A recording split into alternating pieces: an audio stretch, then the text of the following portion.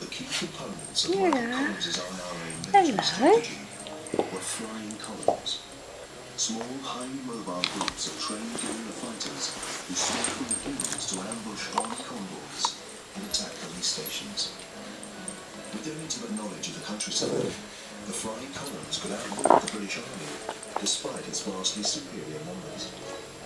I know your grandfather would have been part of this support network within the IRA for those flight columns. If the IRA were going attacking a barracks, for example, in a town, the other IRA volunteers would start chopping down trees and they would maybe start blowing up trees and so on. And that was to stop them British reinforcements coming in their lorries to support the siege to barracks or whatever. That's very interesting, because here it says that my grandfather took part in the destruction of these following bridges: Kilravan, Castleford. What's he doing, Bobby? What are they doing? What are they doing, Bob? Hey? All the local little places. No, there's a particular incident that's happened here. It happened in Mars. I don't know, are we close to that? Is it around here? I think it might be a place called Peiki in the Sabbath, which is actually just up here and here, just up behind it. So if you like, I'll take you up there and we'll think about it. That would be fantastic, thank you. Yeah, we'll just head up along this way. Okay, I'll follow you. By the time Derva's grandfather took to the hills around Lisbon, the area was flooded with British troops closing in on the island. Michael Collins's military strategy was under increasing pressure. Yeah, this is the spot where the incident happened back in July 1921 during the War of Independence. It's just beautiful here, isn't it? I mean, look at this. Back then it was a dangerous place for people. The British Navy had warships, patrolling the coast. Exactly. So, this Major Percival, do you know anything about him? I do. There's another group of British forces here in West Cork, called the Issac Regiment. And the commander of that regiment, Major Percival. And as the War of Independence progressed, he began to use IRA tactics against the IRA. He set up a flying column to attack the British soldiers. And these British soldiers, Percival's column, would cut through the country, hundreds of them. And some people reckon there was 1.5 miles of Essex soldiers trying to entrap Ireland in the Arfield peninsula just south of us here. And your grandfather would have been in this little enclosure here with these flaming torches with the other men, and they wanted to let those volunteers know that this Percival's column was coming. They were signaling the area here to the south. And those men would have just thrown themselves down here then at one point, and the British military would have passed to the other side of this little enclosure. So the whole thing was extremely dangerous, and if your grandfather and his comrade were found here that night, the consequences would be unthinkable, really. Come on, guys, move away from him. Give him some space. What are they doing, Boblicious? Eh? The thing that strikes a chord with me is that, as a mother myself with 2 young children, to think that my 17-year-old son fighting would be just terrifying. Because of this awful cycle of violence that both the IRA and the British Army had found themselves in, I feel that, obviously, there is a story to be told on both sides here.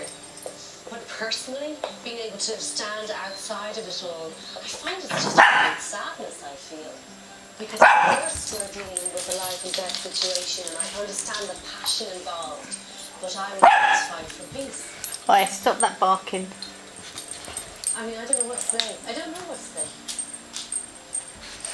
What's he doing, Emmy? Days after Finian's escape from the British, a truce was declared. Between 1919 and 1921, over 1,400 people had been killed. In December 1921, a Sinn Féin party sent a delegation to London, led by Michael Collins, to negotiate a treaty that would determine. As part of the settlement, Ireland would have its own government and army and become known as the Irish Free State. You're a good girl, Emmy, aren't you, eh? You're a good girl. Let him take that. Part of the United Kingdom, and the Irish Free State You're a good girl, Emmy. the British Crown. For some people back in Ireland, Michael Collins's treaty was seen as a betrayal. Deborah is meeting historian Dr. Edward Madigan. Can you tell me how the treaty went down here, Roland? Emmy I think Lulu. the treaty was extremely divisive. The members who sit in the Parliament in Dublin have to pledge an oath of allegiance to the British King, George V. So this is not an independent republic at all. It's a dominion. So people who oppose the treaty argue that, well, everyone who's died now since 1916, if we accept this treaty, they've died in vain.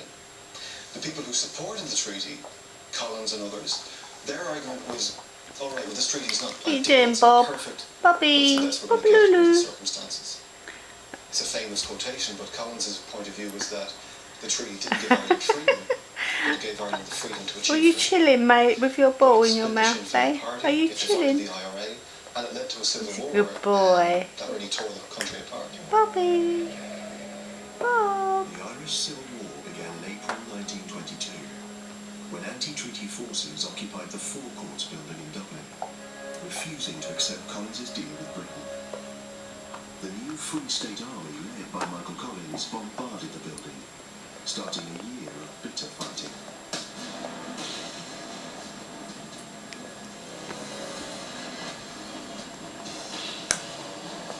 You would have had brother against brother, father against son, neighbour against neighbour.